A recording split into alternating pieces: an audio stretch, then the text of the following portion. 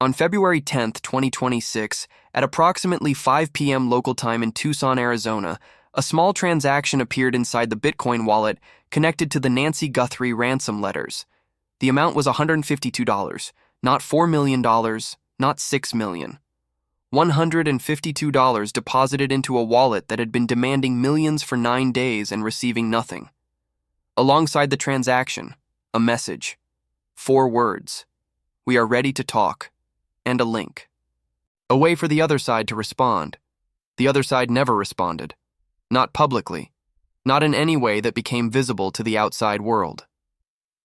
The channel that was opened on February 10th was never used again.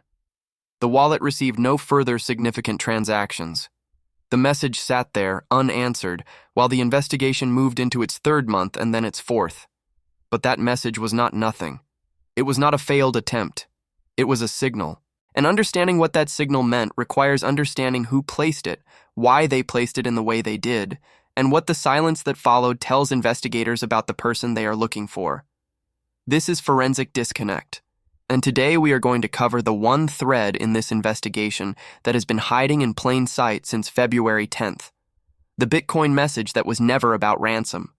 The negotiation that was never about money. The bad faith that Steve Moore said was operational from day one.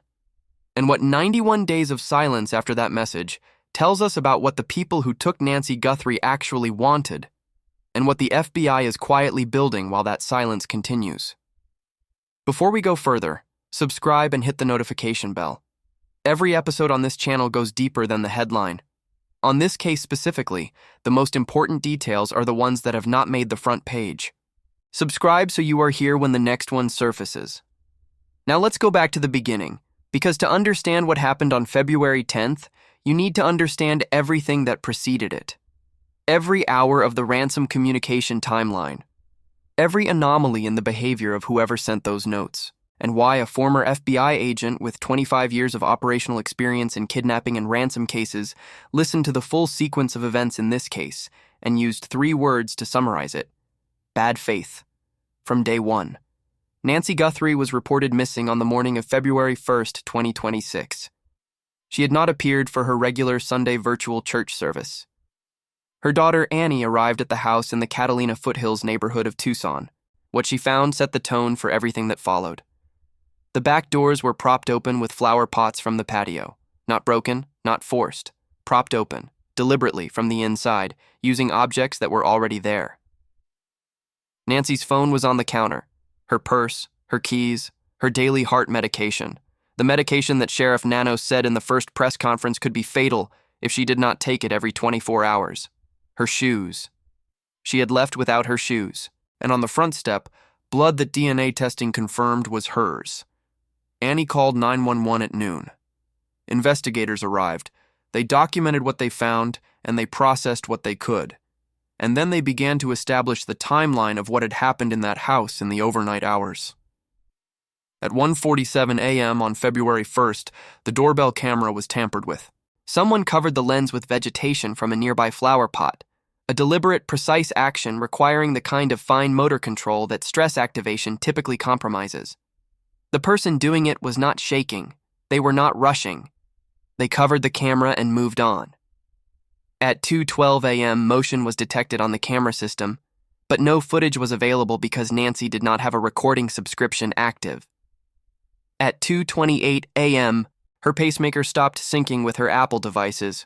Whatever happened in that house happened in the 41-minute window between 1:47 and 2:28 in the morning. Whoever was responsible came prepared, came knowing the layout, came knowing the cameras, came knowing the patio and the flower pots and the back doors, and came with a plan that had been thought through before they arrived. Within 48 hours of Annie's 911 call, ransom notes began arriving at media outlets. Not at a police station, not through a private channel between the kidnappers and the family, at television stations. TMZ received one, KOLD News 13 received one, KGUN9 received one. 3 separate media organizations, including the country's most prominent celebrity news outlet, receiving physical ransom communications about the mother of an NBC News anchor. The notes demanded money. The first round demanded $4 million in Bitcoin with a deadline of February 5th. Then the demand went up. $6 million, a new deadline of February 9th at 5 p.m. local time. Let's pause on those numbers. $4 million, $6 million in Bitcoin, with deadlines, sent to television stations. Now let's hold that against the operational reality of how kidnapping for ransom actually works. Because this is where the behavior of whoever took Nancy Guthrie becomes forensically specific in ways that experienced investigators recognized from the first week. A genuine kidnapping for ransom is a financial transaction. The kidnappers have something the family wants. The family has money the kidnappers want. The goal is to exchange one for the other quietly, quickly, and without law enforcement involvement becoming so significant that it disrupts the transaction. Everything about the operational design of a genuine ransom operation reflects that goal. Real ransom communications go to the family or their designated representative, not to television stations. Because television stations immediately involve law enforcement, and law enforcement involvement eliminates the possibility of a quiet transaction. When you send a ransom note to TMZ, you are guaranteeing that the FBI will be involved before the family can even read the note. That is not the behavior of someone who wants to get paid. Real ransom operations maintain sustained emotional pressure. Every hour without payment is supposed to feel unbearable. The kidnappers escalate. They remind the family, repeatedly, specifically, with verifiable evidence, of what is at stake. They provide proof of life, because proof of life is the mechanism that keeps the family convinced that payment will result in someone coming home.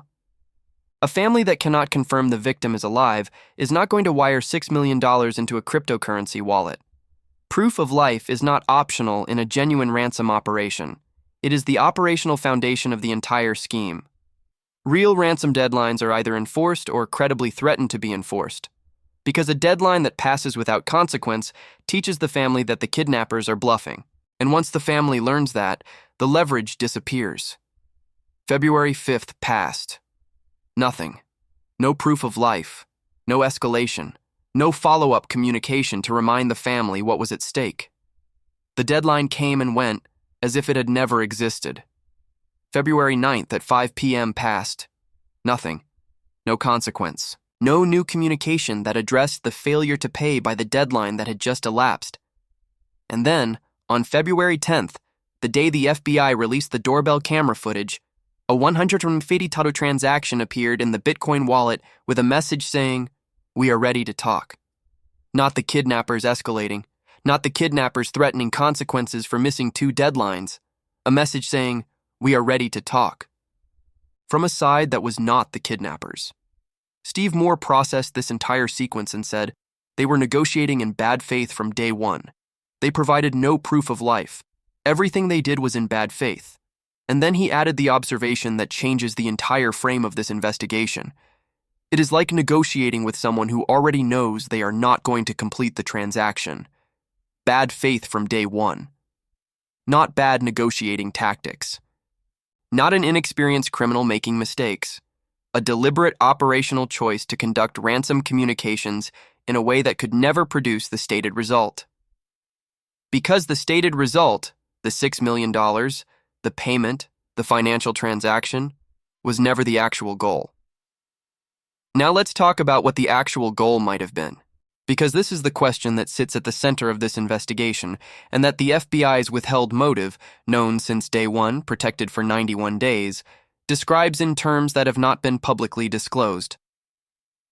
When you look at what the ransom operation actually accomplished, regardless of what it claimed to be trying to accomplish, the picture is specific. The notes went to television stations, which meant the story immediately became national. The demands were public, which meant the suffering of the Guthrie family was public. The deadlines passed without consequence, which meant the story continued without resolution. The absence of proof of life meant the family could not know whether Nancy was alive or dead, which meant they could not grieve, could not heal, could not do anything except live inside the specific and uniquely cruel injury that Savannah described on Easter Sunday, the injury of not knowing. Former FBI Assistant Director John Miller identified Nancy as someone targeted because of who she was connected to. Relatively defenseless, living alone, vulnerable, and connected to one of the most publicly visible journalists in American morning television. Savannah Guthrie identified it herself. She said she fears her mother was targeted because of her own name. She said the words that have stayed in this investigation since she first spoke them. It is too much to bear to think that I brought this to her doorstep, that it is because of me. The operation, whatever it was designed to accomplish beyond the stated financial goal, produced exactly one sustained outcome: the documented, public, national, ongoing suffering of Savannah Guthrie. Measured in press appearances and tearful video messages and missed Today Show segments and Easter Sunday statements about the uniquely cruel injury of not knowing. Measured in 91 days of her going back to work in yellow and hosting a broadcast while the protocol was in place and the phrase waited to be used. That outcome is not a side effect of a failed ransom scheme. It is the most consistently produced result of the entire operation. And when you hold that against Steve Moore's assessment that everything was in bad faith from day one, the shape of the motive that Nanos has been protecting begins to come into focus even without his explicit disclosure. Now let's go to February 10th and examine it in full detail. On that day, the FBI released the doorbell camera footage. This was not a routine disclosure. Former FBI Director Kash Patel shared the images from his personal social media account. That level of visibility, the FBI Director personally releasing the suspect footage, reflected the specific operational decision that the time had come to make the perpetrator's image public. To put the footage in front of 30 million people and ask, "Do you recognize this person?" The images showed the masked figure at 1:47 a.m., the Ozark Trail, 25-liter backpack, sold exclusively at Walmart, the gun holster, the ski mask. The deliberate, unhurried movement of someone who was not experiencing the physiological stress response that most people display when committing a violent crime for the first time. At approximately the same time, the footage was being released and shared across every platform. The Bitcoin wallet received its $152 transaction and its 4-word message.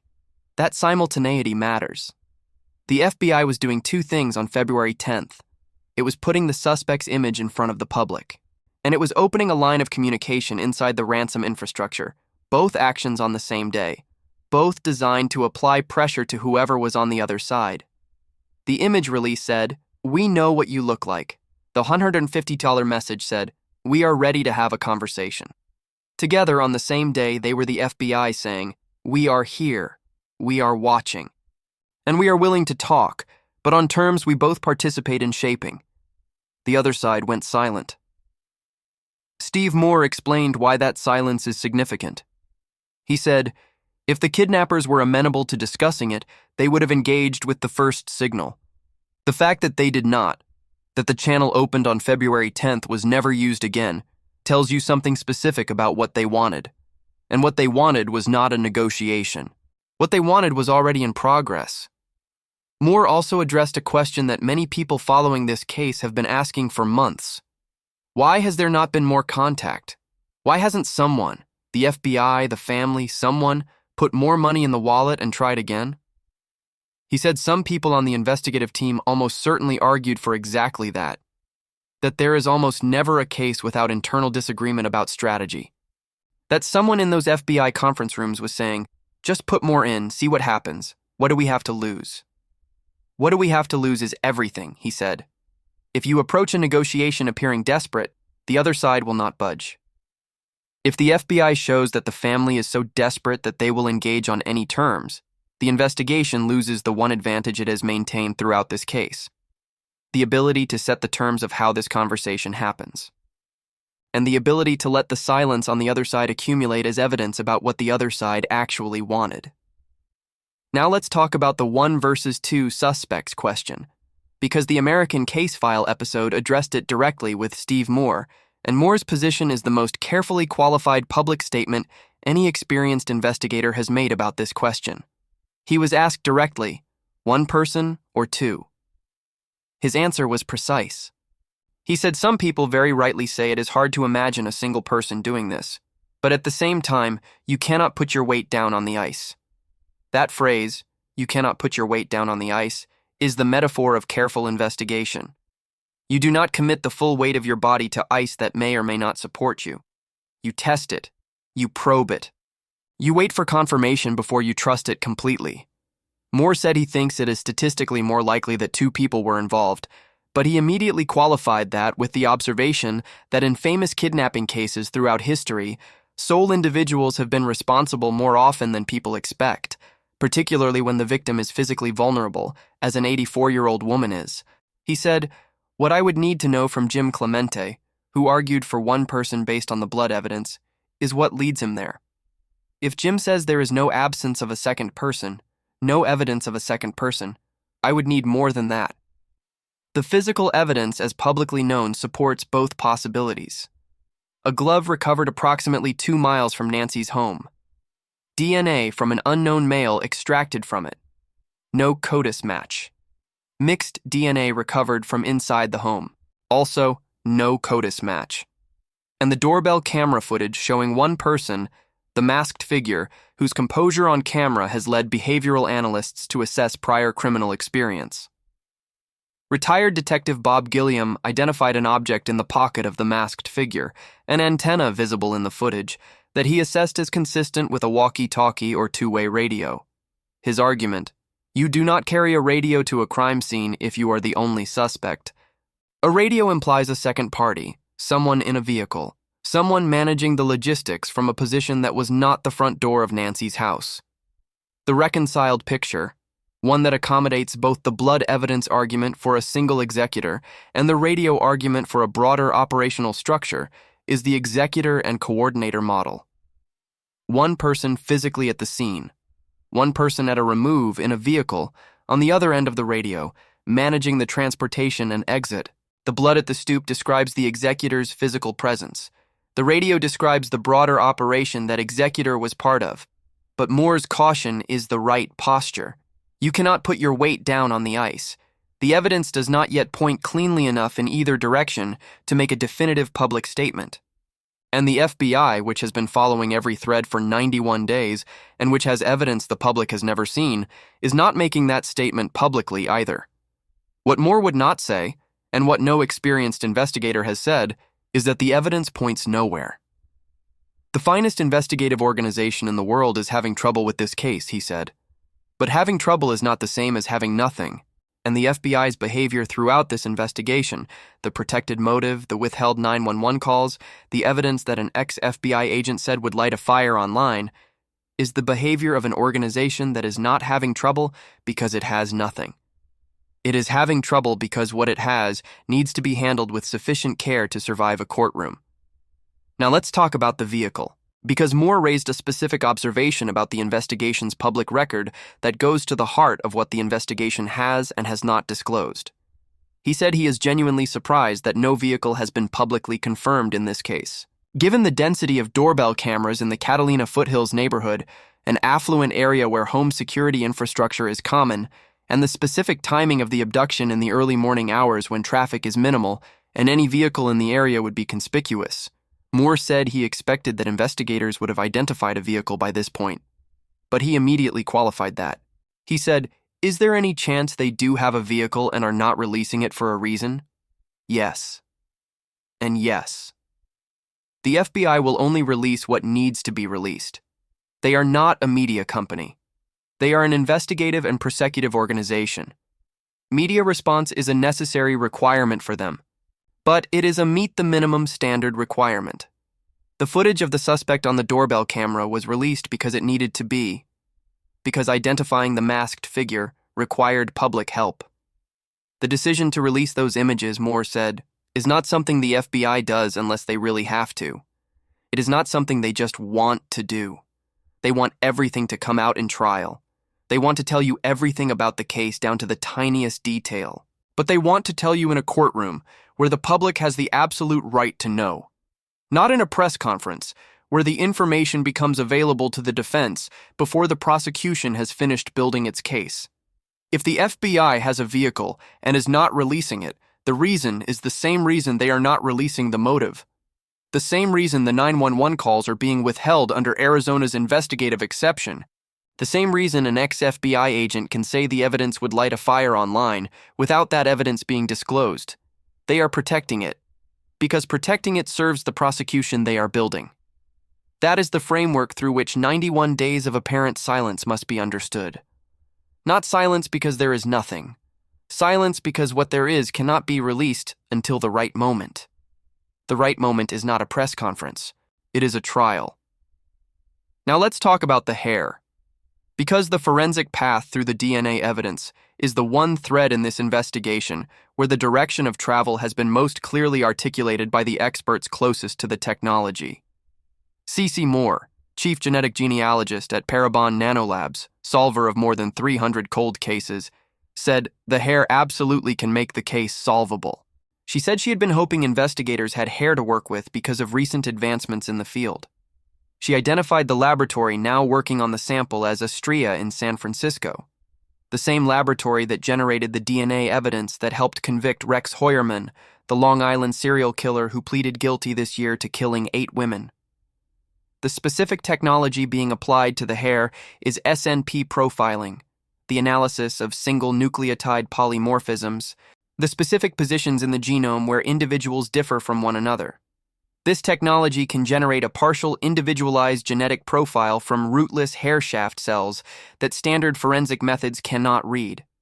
Not as comprehensive as a full nuclear profile from a rooted hair, but powerful enough under the right conditions to begin the genealogy process.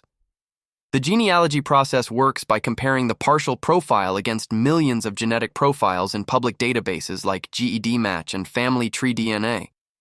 Databases populated by people who took consumer DNA tests and uploaded their results without understanding that their genetic information would one day help identify a kidnapper.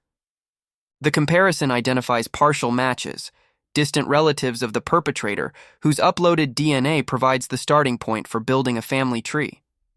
From those partial matches, Moore's team narrows through geography, age, and physical description until a specific individual fits all the criteria simultaneously. This is how Brian Kohberger was identified, how the Golden State Killer was identified after 40 years, how more than 300 cold cases have been solved. The process works. The laboratory applying it to Nancy's hair has a documented track record with exactly this type of evidence. And a News Nation source confirmed this week that progress is being made. The blockchain trail runs in parallel. The $150 placed on February 10th is in the permanent record. The wallet that received it was created by someone using a device through an internet connection within a cryptocurrency ecosystem that records every interaction permanently. As blockchain forensics expert Bezalel Ethan Raviv said, the blockchain is a public ledger that anyone can audit. There is no way to hide those tracks. At some point, whoever created that wallet is going to have to convert their cryptocurrency to dollars, and that conversion requires a regulated financial institution with identity verification. At that moment, the identity of the person behind the wallet becomes legally accessible. The FBI has been following that trail for 91 days.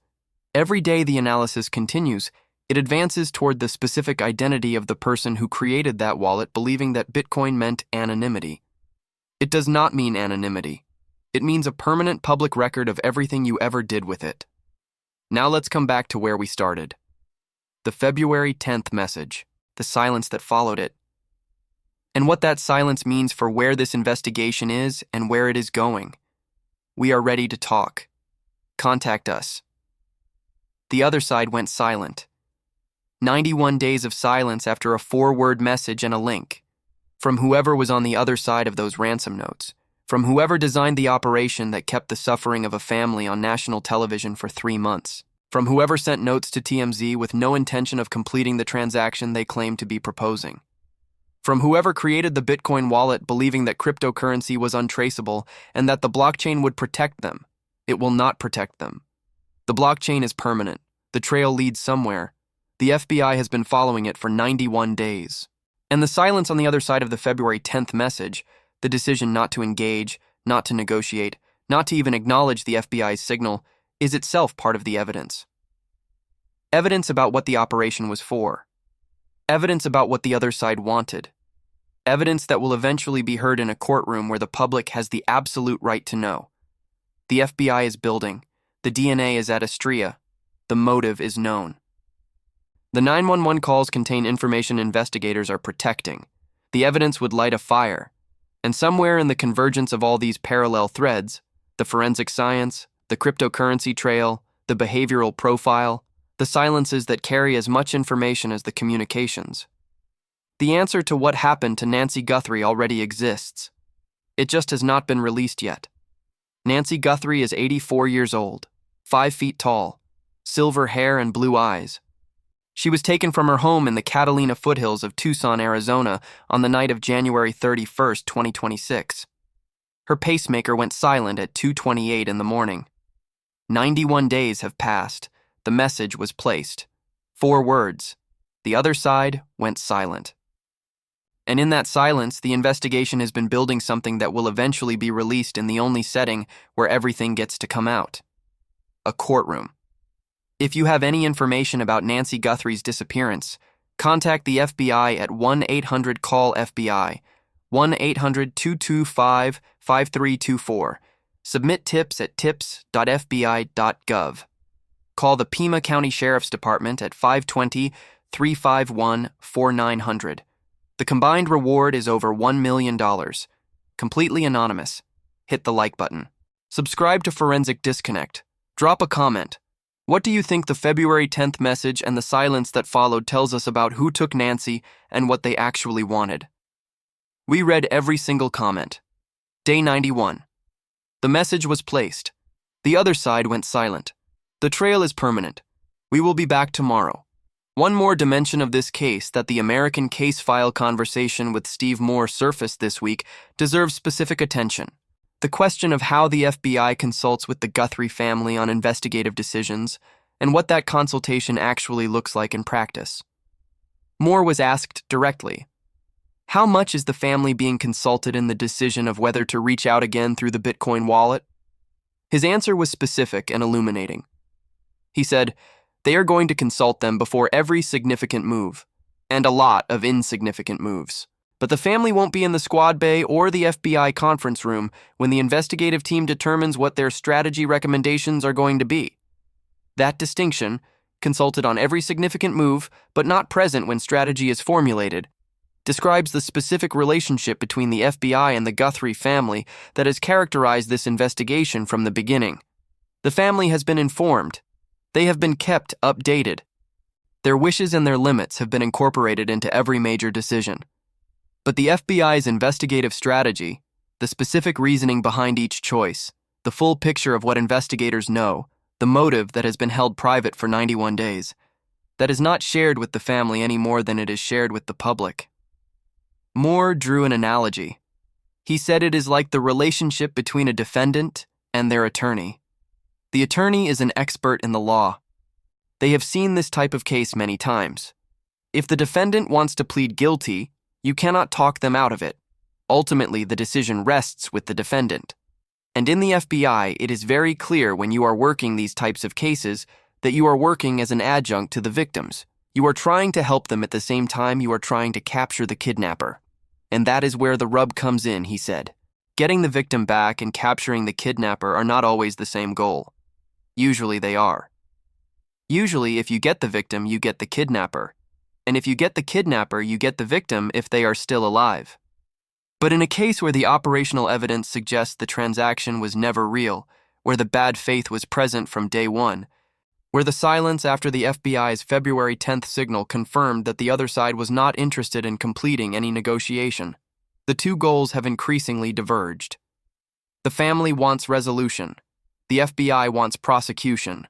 Both want Nancy found. But the path to prosecution, the careful, methodical, evidence-protecting path that ends in a courtroom, may not look from the outside like the path to resolution. It may look like silence, like absence, like an investigation that is stalled. It is not stalled. It has gone quiet because there is something to protect. And the FBI's relationship with the Guthrie family, consulted on every significant move but not privy to the full investigative picture, means that even the family is watching from outside the room where the case is actually being built. What we know about that room, based on everything that has been said publicly by people with access to it, is this. The evidence would light a fire online if the public knew what investigators actually had. The motive has been known since day one. The 911 calls contain information investigators are protecting. The FBI asked for the hair in February, and it is now at the right laboratory. The blockchain trail from the February 10th transaction is being followed. And the finest investigative organization in the world, which is having trouble with this case in the specific sense that the evidence requires more care and more time than a case with a straightforward database hit, is not having trouble because it has nothing. It is having trouble because what it has to be built carefully enough to survive a defense attorney's challenge in a courtroom. And that kind of building does not announce itself. It simply happens. Quietly, in the silence that began on February 10th and has not ended. The message was placed. 4 words. We are ready to talk. The other side went silent. And in that silence, 91 days of the most careful, most protected, most methodically constructed investigation in this country has been moving toward the one moment that changes everything. Public trials, not public investigations. The FBI is doing the second, so that what comes is the first. There is one more thing from the American case file conversation that deserves to be part of this record. The specific observation that Moore made about the reality television production and the rotational reassignments at the Pima County Sheriff's Department. Because the connection between those two facts and the quality of the investigation's first 33 days is something that the FBI has been living with since February. The emails exist, more than 220 of them, obtained by Fox 10 in Phoenix.